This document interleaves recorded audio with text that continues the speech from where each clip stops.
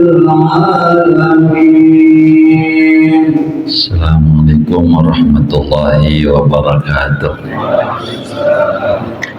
بسم الله الرحمن الرحيم. الحمد لله رب العالمين، والصلاة والسلام على أشرف الأنبياء والمرسلين سيدنا ومولانا محمد وعلى آله وصحبه أجمعين. اللهم إنا نستهديك لأرشد أمرنا وزدنا علما ينفعنا. قال الإمام المؤلف رحمه الله: ونفعنا به وببركة علومه وغفر له ولمشايخه ولمشايخنا آمين. وروى أبو هريرة رضي الله عنه عن رسول الله صلى الله عليه وسلم أنه قال, telah meriwayatkan oleh Imam Abu Hurairah radhiyallahu anhu daripada Rasulullah sallallahu alaihi wasallam bahwasanya Rasulullah yaitu bersabda, man mata lahu salasatu auladin lam yalijin nara illa tahillatal qisami. Barang siapa mati baginya oleh 3 orang anak, niscaya tidak masuk ia ke neraka kecuali sedikitnya bagian saja. Yakni anna Allah tabaraka wa ta'ala qala, yakni bahwa Allah subhanahu wa ta'ala yaitu berfirman, wa in minkum illa wariduha, tidaklah daripada kalian melainkan orang yang mendatangi neraka. Waruwiya an Rasulillahi sallallahu alaihi wasallam annahu qala, dan diriwayatkan dari Rasulullah sallallahu alaihi wasallam bahwasanya Rasulullah yaitu bersabda, ma min muslimin yusabu bi musibatin, tidaklah seorang muslim yang terkena musibah ia dengan satu musibah, wa in qadima ahduha, sekalipun lama oleh masanya musibah, fa ahdatsalaha istirja'an, maka memunculkan ia bagi musibah itu akan inna lillahi wa inna ilaihi raji'un, illa ahdatsallahu lahu mislah, melainkan memunculkan Allah baginya akan sepertinya, yakni misla ajrihi, yakni seperti ganjarannya. Wallahu a'lam wa a'tahu misla dzalikal ajri alladhi a'tahu yawma usiba biha, dan memberikan Allah akan dia akan seperti itu ganjaran yang Allah berikan kepadanya pada hari terkena musibah ia dengan musibah tersebut. Wa dzukira an Utsman bin Affan radhiyallahu anhu, dan diterangkan dari Sayyidina Utsman bin Affan radhiyallahu anhu, annahu kana idza wulida lahu waladun, bahwasanya Sayyidina Utsman yaitu adalah ia, yaitu apabila lahir baginya seorang anak, akhadhahu yaumas sabi', maka mengambil ia akan anak itu pada hari yang ketujuh. Fasu'ila an dzalika, maka ditanya Sayyidina Utsman dari yang demikian itu. Faqala, maka ia berkata, inni uhibbu an yaqa'a lahu fi qalbi syai'un minal mahabbah, sesungguhnya aku yaitu menyukai aku akan bawa jatuh baginya di hatiku sesuatu daripada rasa cinta. Fa in mata, maka jikalau mati ia, kana a'zama li ajri, maka dia yaitu membesarkan bagi ganjaranku. Waruwiya an Anas bin Malik radhiyallahu anhu, dan diriwayatkan dari Anas bin Malik radhiyallahu anhu, anna rajulan kana yaji'u bi sabiyin lahu ma'ahu ila Rasulillah sallallahu alaihi wasallam, bahwa seorang laki-laki yaitu datang ia dengan membawa anak kecil baginya bersama dia kepada Rasulullah sallallahu alaihi wasallam. Summa innal ghulama tuwfiya, kemudian sungguhnya bocah itu telah wafat. Fahtabasa waliduhu, maka menahan diri tidak nyamperin Rasulullah oleh orang tuanya. Falamma faqidahu Rasulullah, maka kalau keelangan akan dia oleh Rasulullah SAW, sa'ala anhu, maka bertanya Rasul tentang dia. Faqalu, maka berkata para sahabat, ya Rasulullah, mata subiyuhul ladzi ra'aitahu, telah mati oleh anaknya yang kau telah melihat akan anak itu. Qala, kata Nabi, fahalla adantumuni bihi, maka tidakkah memberitahu oleh kalian akan daku dengannya, yani akhbartumuni, tidakkah memberitakan kalian semua akan daku. Kumu ila akhikum nu'azihi, bangunlah kalian menuju kepada saudara kalian, kami bertakziah padanya. Falamma dakhala alaihi nabiyyu, maka ketika masuk kepadanya oleh baginda Nabi sallallahu alaihi wasallam, idan ar-rajulu hazinun, tiba-tiba adapun laki-laki itu bersedih. Wa bihi ka'abatun, dan dengannya yaitu ada kesedihan, ada kekecewaan.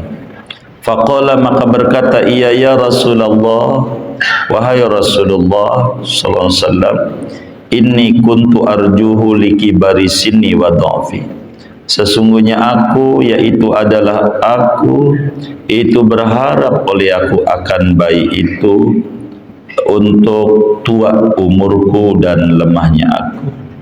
Faqala Rasulullah SAW, maka bersabda oleh Rasulullah SAW, ama yasurruka, tidakkah menggirangkan akan kau, anta'tiya yaumal qiyamati, bahwa kau datang pada hari kiamat, fayuqalu lahu udkhulil jannata, maka dikatakan baginya, masuklah kau ke surga.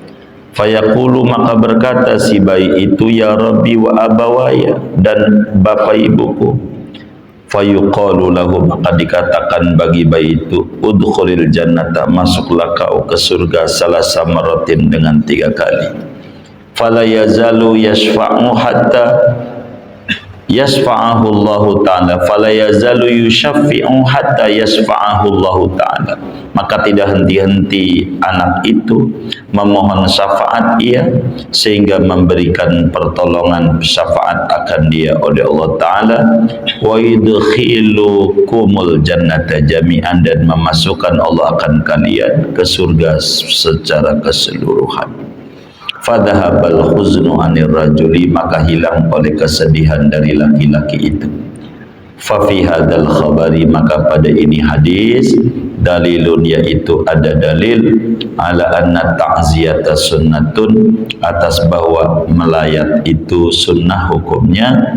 Idza asabar rajula musibatun, apabila menimpa akan seseorang oleh satu musibah, yang bagi li ikhwani an yu'azzuhu, seyogianya bagi teman-temannya, oleh bahwa takziah mereka akan orang itu. Qala al-faqih wallahu a'lam bishawab. Saudara sekalian yang mulia, malam hari ini kita mengkaji 3 hadis sekaligus yang intinya sama. Betapa pentingnya bersifat sabar di dalam menghadapi musibah kematian anak atau musibah yang lainnya. Hadis pertama diriwayatkan oleh sahabat besar Rasulullah sallallahu alaihi wasallam, dan sudah sering diterangkan dalam majlis ini manaqibnya, yaitu Sayyidina Abu Hurairah radhiyallahu ta'ala anhu. Hadis ini, saudara, bukan saja Imam Abu Lais As-Samarqandi saja yang meriwayatkan, akan tetapi Imamul Bukhari juga meriwayatkan di dalam Sahihul Bukhari-nya, Imam Muslim juga meriwayatkan di dalam Sahih Muslimnya, Imam Tirmidzi meriwayatkan juga di dalam Sunan Tirmidzi-nya, Imam Nasai juga meriwayatkan di dalam kitab Sunan An-Nasai-nya, Imam Ahmad bin Hanbal juga meriwayatkan hadis yang sama di dalam musnadnya, termasuk Imam Al-Humaidi di dalam kitab Musnad Al-Humaidi-nya. Cuma 2 jilid Musnad Al-Humaidi, enggak banyak. Bahwa Habibuna Muhammad sallallahu alaihi wasallam menerangkan kepada kita tentang manfaat anak dari berbagai sisi. Di dalamnya terkandung pentingnya menikah, sebab di antara manfaat atau faedah nikah, sebagaimana Al-Imamul Ghazali jelaskan juga di dalam kitab Ihya Ulumuddin, kalau beliau 5 di antara manfaat menikah, salah satunya anak keturunan. Punya anak itu hidup ataukah anak itu tidak hidup, itu anak menguntungkan buat kita. Berbicara hidup ini bukan materinya, sebab kita berbicara pentingnya sabar menghadapi musibah kematian. Bagaimana kalau kita punya anak, kemudian anak kita meninggal, lahir lagi anaknya mati lagi, lahir lagi anaknya mati lagi. Punya anak mah punya, tapi selalu masih kecil meninggal. Apa yang harus dilakukan oleh kita sebagai orang yang ngalamin itu? Maka kita harus ingat hadis ini. Atau kita punya teman, anaknya meninggal, bahkan anak yang ketiga lagi, pertama meninggal, maka kita harus mengkabarkan kepadanya hadis yang kita ambil pada malam hari ini untuk disampaikan kepadanya, kalamnya Nabi besar Muhammad sallallahu alaihi wasallam, di mana Nabi Yuna Muhammad sallallahu alaihi wa alihi wasallam bersabda, kata Nabi, man mata lahu salasatu aulad lam yalijin nar illa tahillatal qisam. Kata Nabi, siapa saja orangnya muslim, maukah dia orang kota ataukah dia orang kampung, maukah dia orang Arab maukah dia non Arab, siapa aja orangnya muslim, punya anak lalu anaknya mati, punya anak lagi masih kecil mati lagi, punya anak lagi masih kecil mati lagi. Bila ampe ngalamin kayak begitu, keuntungannya, sebab dibalik musibah yang merupakan takdir Allah tentu ada lutuf, kebaikan Tuhan yang kita harus pahami. Dari musibah yang menimpa kita mesti itu baik, meski kita kadang kurang paham ada kebaikan apa di sana. Maka Nabi bilang, siapa orang punya anak mati, anaknya mati lagi, lam yalijin nar, tuh orang kagak bakalan masuk neraka. Enggak bakal. Dari mana? Dari syafaat anak. Maka anak itu diambil duluan oleh Allah, sampai 3 tuh anak. Maka karena Allah tahu bahwa si ayahnya ini minim ganjaran, minim ibadah, sehingga tak layak untuk dapetin surganya Allah. Laksana doa yang ditulis di atas itu, ilahi lil firdausi ahla wala aqwa ala naril jahim. Enggak layak surga bagi ini orang. Ada orang ibadahnya banyak, tapi ibadahnya kena virus hasud, dengki sama tetangganya, habis ganjarannya. Dengan dia dengki, sehingga dia enggak layak dapetin surganya Allah.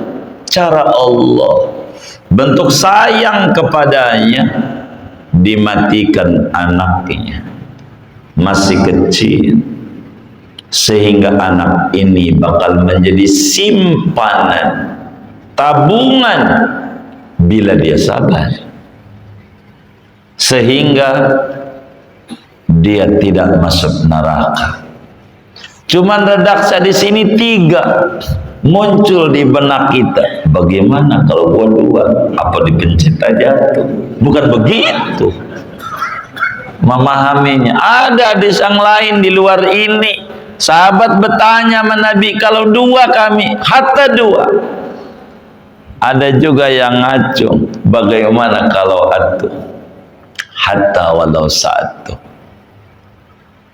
Asal sabar dengan kematian bayi kita, kematian anak kita, enggak berkeluh kesah, kita hadapi dengan kematian itu dengan lapang dada, dengan mengucapkan innalillah, ini bayiku punya Allah, Allah yang beri, wa inna ilaihi raji'un, dan dia diambil sama yang punya. Sabar, lam yalijin nar, enggak masuk neraka, enggak, kecuali tahillatul qisam, bahasa kitanya lewat doang. Sebab enggak bisa kalau kita enggak lewat. Sebab dari alam mauqif menuju surga kudu lewat neraka. Atasnya ada sirat, jembatan yang berangkat dari awalnya dari alam mauqif dan ujungnya di bumi surga. Yang jembatan ini kayak JPO, naik lurus turun, naik 1000 tahun, lurus 1000 tahun, turun 1000 tahun, 3000 tahun melewati itu baru surga. Orang yang anaknya mati lalu sabar menerima itu, lewat doang neraka, nyemplung kagak. Kenapa kudu lewat? Sebab anda bisa dihindari, di mana Allah Subhanahu wa taala berfirman pada surat Maryam pada ayat 71, wa im minkum illa wariduha. Tidaklah daripada kalian kecuali datang ke neraka, enggak bisa, enggak lewatin itu, kudu lewat. Begitu baru dapetin surga. Orang yang anaknya wafat, sabar, balasannya surga, enggak pakai nyemplung ke neraka kalau sabar. Tapi kalau dia ngamuk-ngamuk, marah-marah, salah gua apa, begitu sama Allah, gua udah sedekah, anak gua mati, enggak ada hubungannya sama sedekah, hubungannya dengan ajalnya dia, udah habis. Begitu. Sholat kagak ada hubungannya, orang Nabi aja duluan sedekah, mati juga Nabi. Anaknya Nabi wafat yang namanya Qasim, anaknya Nabi wafat yang namanya Abdullah. Wafat Nabi. Sedekah jangan tanya, sholat ya Allah jangan tanya, wafat anaknya Nabi. Hampir 3 laki-laki itu lahir Sayyidina Ibrahim, 3 laki, mati juga muanya 3 Nabi, enggak masuk neraka. Sabar Nabi, enggak masuk neraka, kagak lewat, ya lewat 3 anak. Begitu. Jadi cukuplah teladan kita Habibuna Muhammad sallallahu alaihi wasallam. Mau ngambil teladan siapa lagi? Anak kita 3 mati, Nabi 3 yang laki, belum yang perempuan yang hidup cuma Sayyidah Fatimah Zahra. Yang lain pada mati semuanya. Sabar. Begitu. Wa idza tusibka musibatun tusjibiha fadhkur musabaka bil habibi Muhammadi. Bila Anda terkena musibah yang menyayat hati Anda, bandingkan dengan musibah yang menimpa Nabi Muhammad. Enggak ada seberapanya. Sabar aja, sabar. Begitu. Kita ambil hikmahnya, mungkin kalau gede kayak anak tetangga kena narkoba, capek, puyeng, kebon habis lagi. Begitu kan, kita ambil hikmah yang kita nggak paham ke depan. Maka bila kemudian terkena musibah kayak begini, kita jangan kita ulang-ulang kitab Tanbihul Ghafilin, peringatan bagi orang yang lalai tentang besarnya ganjaran pahala bagi mereka yang wafat anaknya kala masih kecil. Sabar, jangan bersedih sampai larut dalam kesedihan. Nangis biasa, itu manusiawi. Rasulullah juga waktu Sayyidi Ibrahim meninggal nangis biasa. Nangis mahak mata, yang penting hati jangan nyalahin Allah. Inna lillahi wa inna ilaihi raji'un. Begitu. Jadi kudu sabar. Ternyata innama yuwaffas sabiruna ajrahum bighairi hisab. Allah kasih balasannya di luar nalar kita. Anak kita mati, kita surga, enak. Jadi jangan bersedih.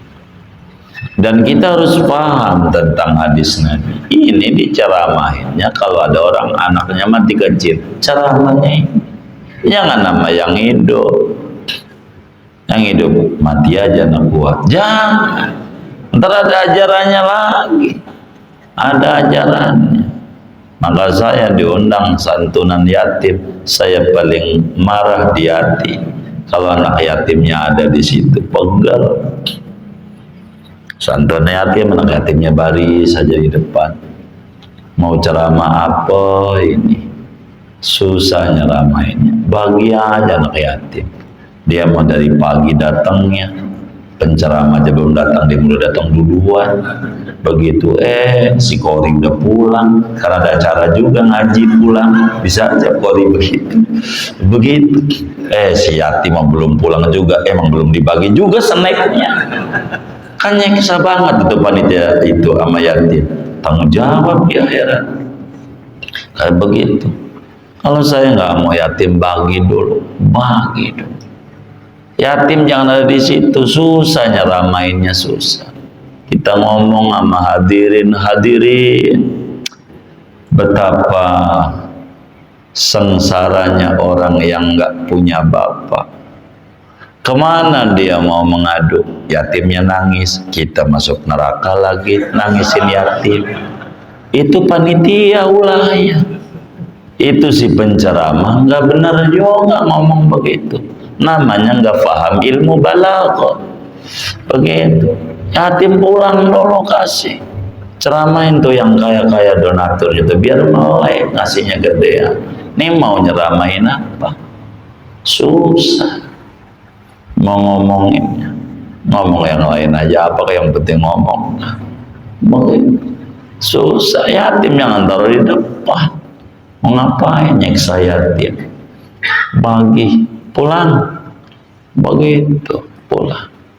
Lebihin dikit kasih emaknya, jangan milih-milih, ada mudahan nih, begitu. Kita kasih, emang begitu, siapa itu panitianya ngomong gitu, kasih. Jangan sampai emaknya makan harta yatim, akhirnya emaknya sengsara, akhirnya menjadi perbudakan modern, girang dengan lakinya mati. Bagi dia emaknya, jangan sampai makan harta anak yatim tuh si janda, sian dia masih bekerja, dia kasih, ini buat lo, biar dia buat anaknya. Begitu. Jadi panitia harus benar, biar rapi. Kalau kayak begitu. Saya kurang mau kayak begitu. Kalau saya gitu ya, orang lain kan pemikirannya beda-beda ya. Begitu. Kalau saya kurang mau, susah nyeramain. Kalau ada yatim di depan bagaimana ini? Mana lari-lari lagi? Begitu, diomelin anak yatim. Enggak boleh begitu, jadi ribet. Mana yatim taruh di depan lagi, makan enggak dikasih, yang belakang bapak dikasih, yatim bukan. Ya Allah, padahal proposalnya buat yatim. Terus repot juga. Ya hiduplah begitu ya, enggak apa-apa. Intinya kalau orang kena musibah, inilah bahan ceramah, bahan nasihati. Enggak mesti harus jadi kiai kita, sampai ini loh begini, begitu, supaya dia dapat hiburan. Yang tadinya mau berontak jiwanya, kan dapat nasihat. Oh begitu, Allah punya maksud lain. Iya, emang Allah sayang. Ujungnya begitu, tenang, enak. Begitu udah tenang, dah kita mancing aja. Mancing, muara gembong, nyampe dari kebun nanas. Begitu. Bener nggak? Saya curiga main nyengir-nyengir. Itu kayak begitulah. Intinya penting sabar bila kemudian qadarullah anaknya wafat. Begitu. Bila kita ngalamin kayak begini, ingat hadis Nabi ini. Nabi loh yang ngomong. Dan Nabi orang yang sayang sama umatnya. Sampai yang kayak begini, biar paham. Atau doa.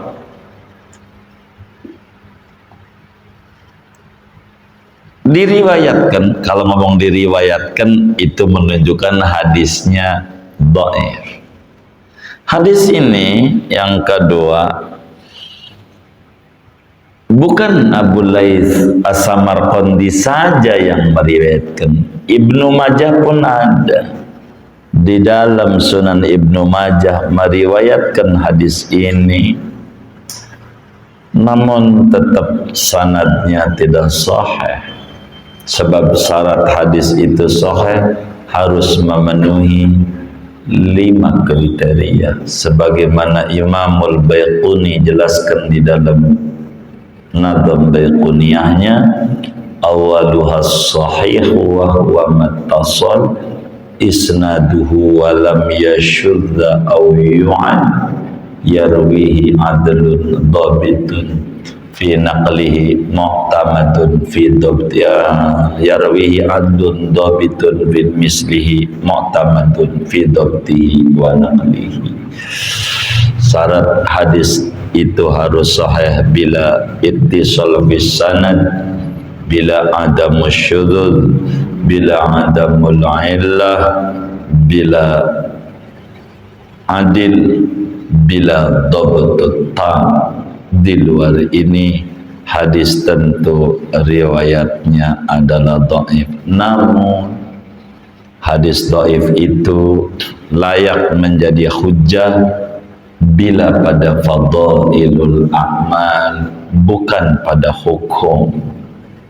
Seperti hadis kita, kata Habibuna Muhammad sallallahu alaihi wa alihi wa sahbihi wasallam, ma min muslimin yusabu bi musibatin wa in qadama ahduha fa ahdatsalah istirja'an illa ahdatsallahu lahu mislah.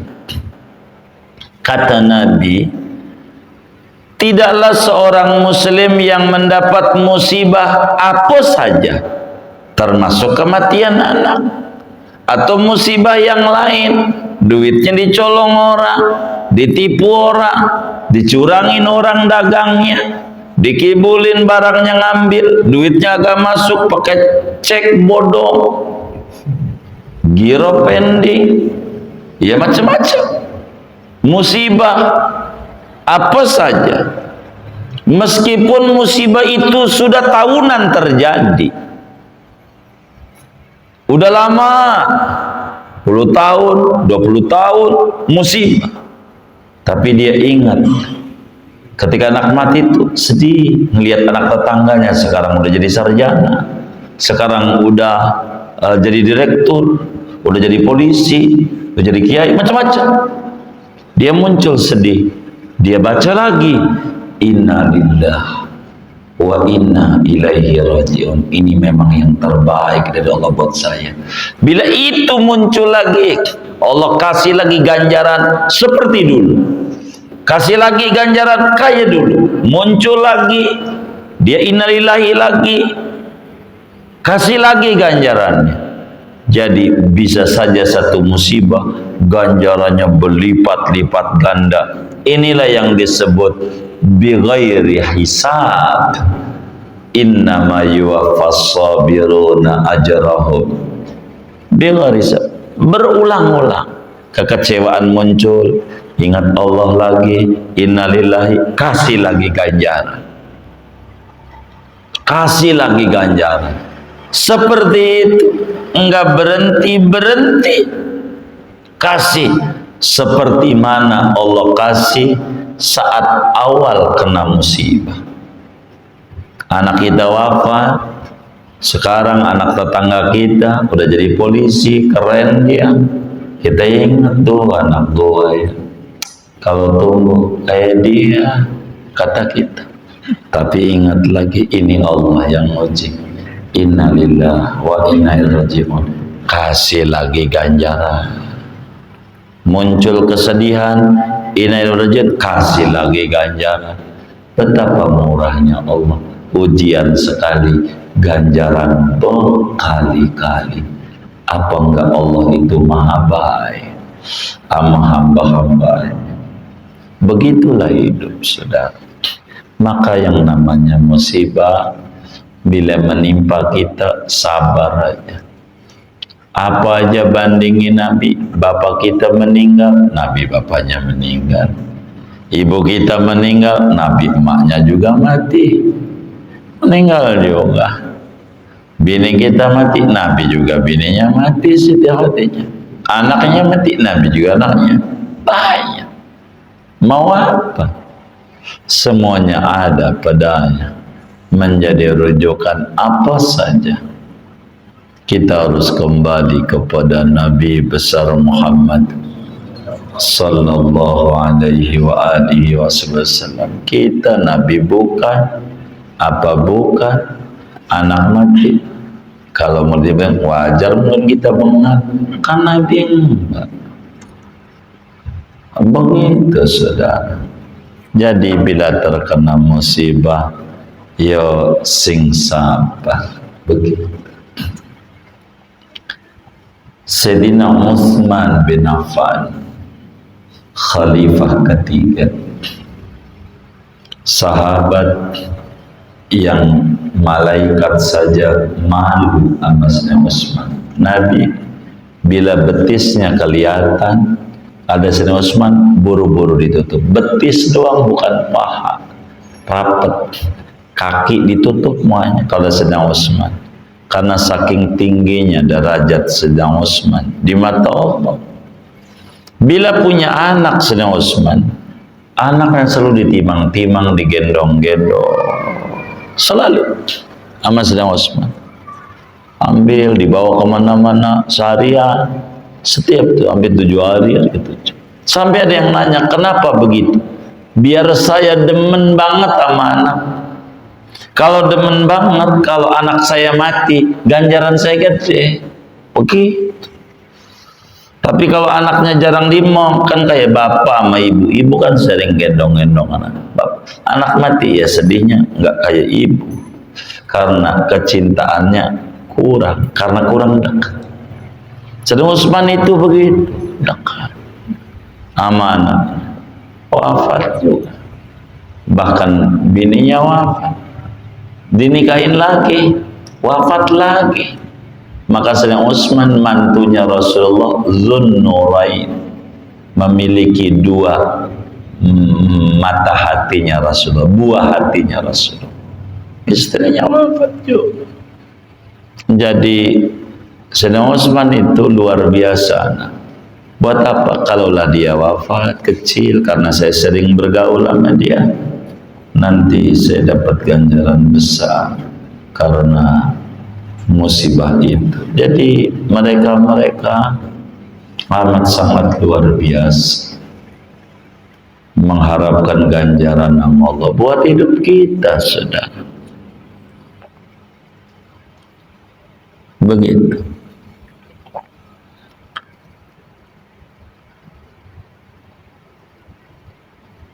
Hadis terakhir dari Sayyidina Anas bin Malik udah kita terangin, dan saudara udah mencatat 2023 itu hadisnya banyak, udah diterangin panjang. Siapa Anas bin Malik, ikut Rasulullah 10 tahun, udahlah yang sudah, biar kita nggak mengulang muter di situ. Meski inda dzikris sholihin tanzilur rahmat, ketika orang soleh disebut rahmat turun, apalagi kelasnya sahabat Rasulullah. Sidi Anas bin Malik, hadis ini diriwayatkan juga oleh Imam Al-Hakim di dalam kitab Al-Mustadrak ala Sahihain. Katanya Anas bin Malik, Rasulullah sallallahu alaihi wasallam sedang mengajar, ada sahabat gendong anaknya dibawa kepada Nabi. Ada seorang sahabat gendong anaknya, dia bawa menghadap kepada Nabi Muhammad sallallahu alaihi wasallam. Dia selalu kalau ngaji sama Nabi, anaknya di bawah. Kalau ngaji, anaknya di bawah.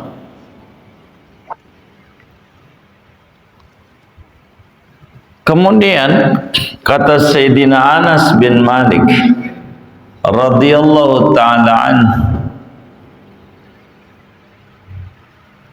anaknya meninggal dunia.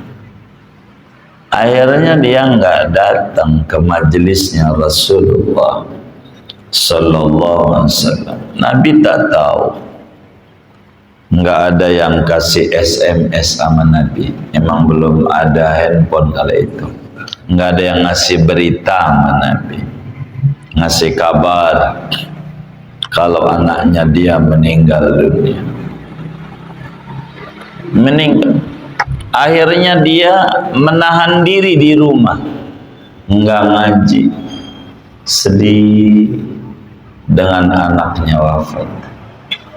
Begitu. Akhirnya Nabi kehilangan tuh nyari-nyari. Mana si anu itu yang biasanya ngaji bawa anaknya, kok kagak ngaji-ngaji? Nabi tuh tanya, ngapa nggak ngaji-ngaji? Begitu. Nabi nanya sama sahabatnya. Maka ada sahabat yang tahu tentang kenapa dia nggak ngaji, karena dia terpukul, anaknya meninggal. Maka disampaikan kepada Habibuna Muhammad sallallahu alaihi wa alihi wa sahbihi wasallam, ya Rasulullah. Begitulah adabnya para sahabat sama Nabi. Sahabat itu ta'addub ma'a Rasulillah, memiliki adab yang tinggi sama Nabi, sesuai dengan apa yang Allah suruh dalam Al-Quran. La taj'alu du'a ar-rasuli bainakum ka du'ai ba'dikum ba'd. Jangan anda panggil Nabi Muhammad kayak panggil kawan, ya Muhammad, jangan, tapi ya Rasulullah. Bahkan akhlaknya Allah sendiri di dalam Al-Quran, dari awal Al-Fatihah sampai ujung An-Nas, tidak pernah menyebut kekasihnya Habibuna Muhammad sallallahu alaihi wasallam dengan namanya langsung. Tidak ada, melainkan dengan nama kehormatannya. Ya ayyuhan nabiyyu, ya ayyuhan al-muddatsir, ya ayyuhal muzammil, dan seterusnya. Bilalah ada dalam Al-Quran Allah sebutkan Nabi Muhammad namanya, pasti diteruskan dengan label kerasulannya atau label kenabiannya. Karena dalam hal itu supaya tahu kedudukan dan pangkatnya Nabi Muhammad. Seperti pada ayat wa ma Muhammadun illa rasul, rasulnya disebut. Muhammadur Rasulullah dalam surat apa itu Fatah disebutkan Rasul. Wa ma Muhammadun wa ma kana Muhammadun aba ahadin min rijalikum walakin Rasulullah wa khataman nabiyyin. Selalu itu. Dan sahabat akhlaknya mulia, hormatnya tinggi sama Rasulullah. Maka ketika Nabi cari-cari mana si anu tuh kagak ngaji, biasanya kalau ngaji bawa anaknya. Kalau kita ada yang ngaji bawa anaknya, pasti sama bininya nggak dipercaya, anaknya suruh ikut. Kita memang buruk sangka mulu sama orang. Begitu, ada aja yang bagus lah. Itu Nabi, mana si anu nggak ngaji yang bisa bawa anak. Sahabat bilang, ya Rasulullah, mata sabiyuhul ladzi ra'aita. Ya Rasulullah, anaknya yang biasa dibawa-bawa ke majelis meninggal. Yang kau tahu tuh bocah tuh mati, Nabi mati. Nabi tahu bahwa sahabatnya itu enggak ngaji, kecewa ini sama Allah, kasyaf Rasulullah. Maka Nabi bilang, fahalla adantumuni, ngapa lu kagak bilang, bahasa kita orang, ngapa ente kagak kasih tahu anak, kasih tahu dong kalau dia meninggal, kasih tahu. Sahabat main salah-salah enggak enak, ganggu Nabi. Dia mana ngajinya di pojokan, ngantuk lagi. Begitu. Enggak ada yang berani. Dia bilangin dong, kata Nabi. Akhirnya kata Nabi, ya wis, ayo kita habis ngaji jalan ke tempat dia. Qumu ila akhikum nu'azzi, ayo kita sama-sama datang sama dia, kita takziah. Karena baru tahu Nabi, kalau kita baru tahu datang, kita dari luar kota nggak tahu meninggal datang, karena kita baru tahu. Akhirnya Rasulullah SAW takziah. Kata Sayyidina Anas bin Malik radhiyallahu ta'ala anhu, saat Rasulullah sampai di rumahnya, ketuk pintu, salam masuk, nampak dari raut sahabatnya ini sedang berduka, sedih dengan kematian anaknya. Nampak ada kekecewaan, setengah frustasi, semangatnya down dengan wafatnya anak yang dia sayangi. Dia pun mengeluhkan kepada Rasulullah sallallahu alaihi wasallam, dan begitulah akhlak para sahabat.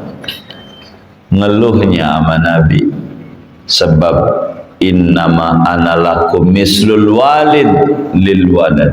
Saya ini bagi anda umat kayak orang tua. Tempat ngadu, sahabat ngadu sama Nabi apa saja.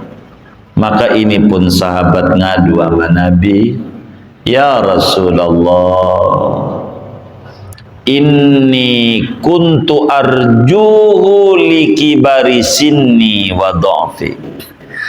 Nabi, gimana ya, saya enggak sedih.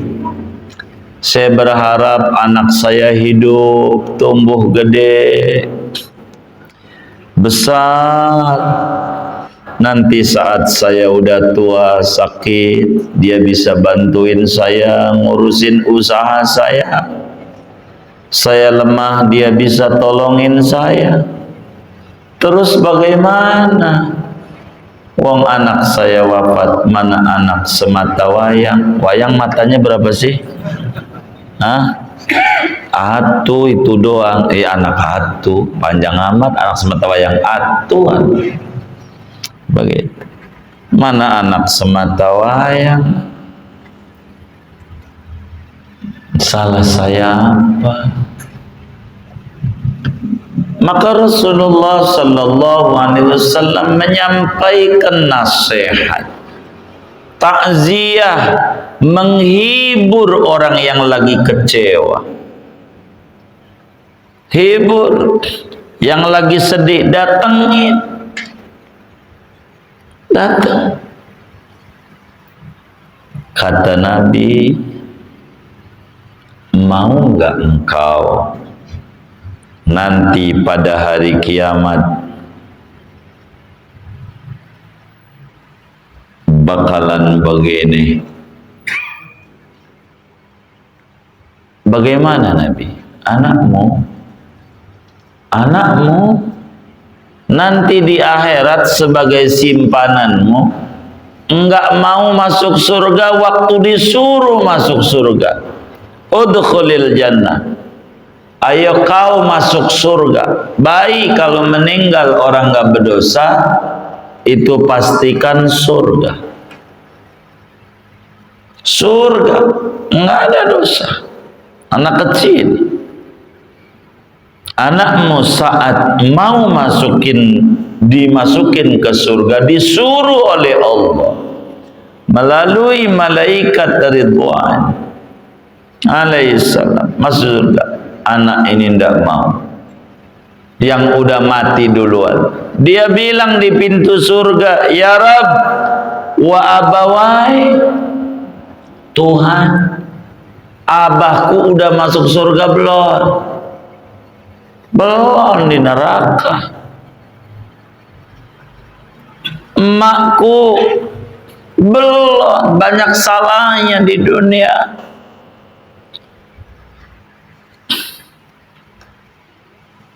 Enggak ada. Kalau abahku enggak masuk surga, enggak. Ayo masuk surga. Abah saya dan emak saya mana? Ya Rab, banyak berbuat kesalahan. Dia harus menerima keadilan. Saya enggak mau. sampai 3 kali. Disuruh masuk surga, ndak mau. Dia ndak mau. Berkali-kali ndak mau juga, sampai dia bilang, Tuhan, berikanlah syafaatmu, berikan pertolonganmu untuk abah saya. Dia dulu sabar di dunia. Dia ucapkan inna lillah wa inna ilaihi raji'un. Dia sabar menerima musibah.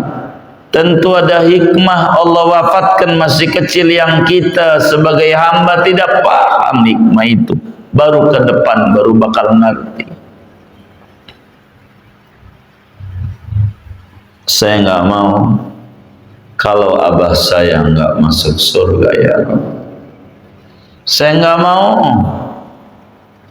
kalau ayah bunda saya nggak masuk surga. Sampai akhirnya Allah dengan Rahman dan Rahimnya perkenankan dia nyafaatin. Dia tanda tangannya laku sama Allah. Syafaatnya dia diterima sama Allah. Akhirnya abahnya dan ibunya yang tadinya mau masuk neraka, ora jadi. Gara-gara anaknya mati duluan dan sabar. Kamu mau nggak bila anakmu kayak begitu? Dia nyengir-nyengir, mau Nabi masuk surga duluan. Yang tadinya pucat sedih, dia hilang kesedihannya dari apa yang disampaikan Rasulullah bahwa anak menjadi faraton li abawaihi wa salafan wa dhukhran wa idhatan wa tibar. Anaknya bahwa meninggal menjadi simpanan ternyata di akhirat sebagai bank ganjaran pemberi syafaat orang tuanya. Dia senyum, enggak berduka lagi. Kata dia, besok ngaji Nabi. Begitulah hadis ini, meski ngomongin musibah, kata Imam Abu Lais, tapi ada makna lain yang tersirat, betapa pentingnya takziah. Dan memang hukum takziah itu sunnah, melayat orang kematian. Maka bagi kita bila ada kawan meninggal dunia anaknya, biar kata bocah, maka bila kita ada waktu dan tahu, datanglah. Sebab itu cukup menghibur dan menguatkan dirinya. Menguatkan. Ibu datang, ceritakan apa yang dia dapat dari berita-berita agama tentang pentingnya sabar atas kematian anak, supaya orang lain itu mengerti. Bukan dia doang kok yang ngalamin begini, banyak jutaan kaum muslimin mengalami musibah seperti Anda, dan mereka manusia sabar. Anda orang majelis, kudu sabarlah. Begitu. Saudara sekalian, inilah yang bisa diterangkan dari 3 hadis Nabi dan 1 hadis mauquf dari Sayyidina Utsman, cerita kehidupan. Mudah-mudahan Allah berikan kita taufik dan hidayah, kita bisa mengamalkan hadis ini untuk diri, keluarga, dan sahabat-sahabat kita. Kita dapat mengakses cahaya-cahaya Rasulullah sehingga hidup kita lebih baik, hidup kita lebih berkah dunia dan akhirat kita. Amin ya rabbal alamin. Segini aja. Saya minta izin, tidak ada